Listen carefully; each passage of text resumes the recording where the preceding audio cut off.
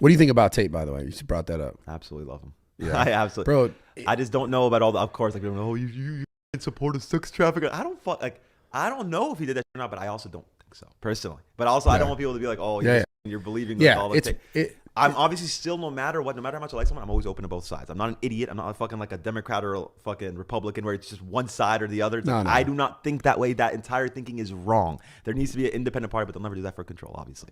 But that's a whole different story. Yeah, I don't think that way. I'm not one or the other. Life is not black and white. Life is gray. I'm not. So either. you have to consider all the variables, and people rarely fucking do that. No, they almost never do that. Yeah. Even that shit did sound kind of AI-y though. Yeah, that voicemail sounded pretty AI. I'm not gonna lie. Yeah, I heard that, and I was like, "Is that him?" Except when he said low key, when he's like, "You're really mad I strangled you a little bit." I was like, "Yeah, that low key sounds exactly like how he'd say it." I was like, "Bro," but I don't know. I hope it's not true. Because some of the texts were actually like really bad. I'm like, "Yeah, that's bad." Like if he actually said, I didn't see the text stuff. I only saw like that thing. He's just throwing the R word in there a lot, saying like he liked that he did that type shit in the text. Oh shit, right? Yeah. Obviously, that's fucking terrible. But regardless, like. I don't know. He does preach good thing for people. Preach good things for people. You can't argue that. Yeah. Like, how many more people have probably started going to the gym and being more disciplined and taking care of their life or want to because of him? Yeah. It's like that's a good thing for the world. How can you argue that? But of course, people get caught up in what he says and not like what he's actually doing for the world.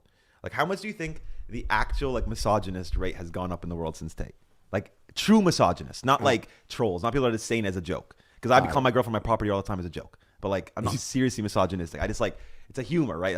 She knows not that. And she calls me her property as a joke too. So it's like, it's just a joke. We've gotten to a point where like the fact that we can't even say certain things is like, there's a problem there. Mm-hmm. And so that's the thing. Like this guy came out and just said all this shit. And I think that's why people were like, wait, I like this. Even though no one has to agree with everything he says.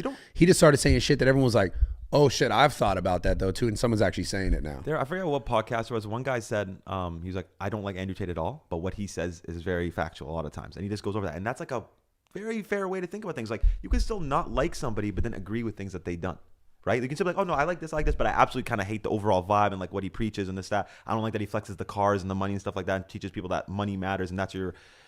That's the sign of success and things like that. Because some people genuinely don't really care about the money part of it to feel successful. Yeah. So to say that you have to have a Bugatti and things like that to be successful, right? I get it. Like I can see why people don't like that, but for other people, it is motivating.